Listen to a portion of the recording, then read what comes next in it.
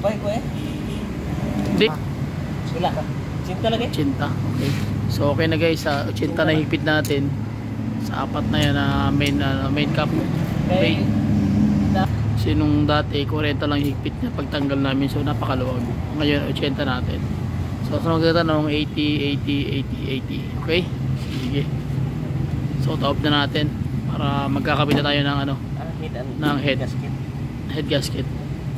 Smile. Okay, so okay na guys. Kakabit na natin yung ano, yung head gasket. So magkakabit na tayo ng head. So bago natin ikabit yung head, ito mayroon akong basic pointers na ituturo sa inyo.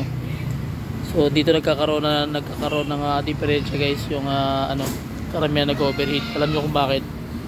So basic pointers pa rin. Pagmasan niyo mabuti yung mga butas. Ayan, o. Pagdating dito wala siyang butas. Okay?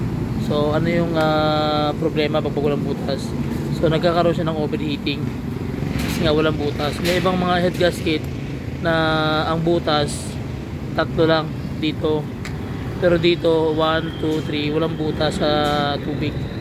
Ayan o, dito. Ayan o, dapat may mga butas yan eh para hindi ka mag overheat.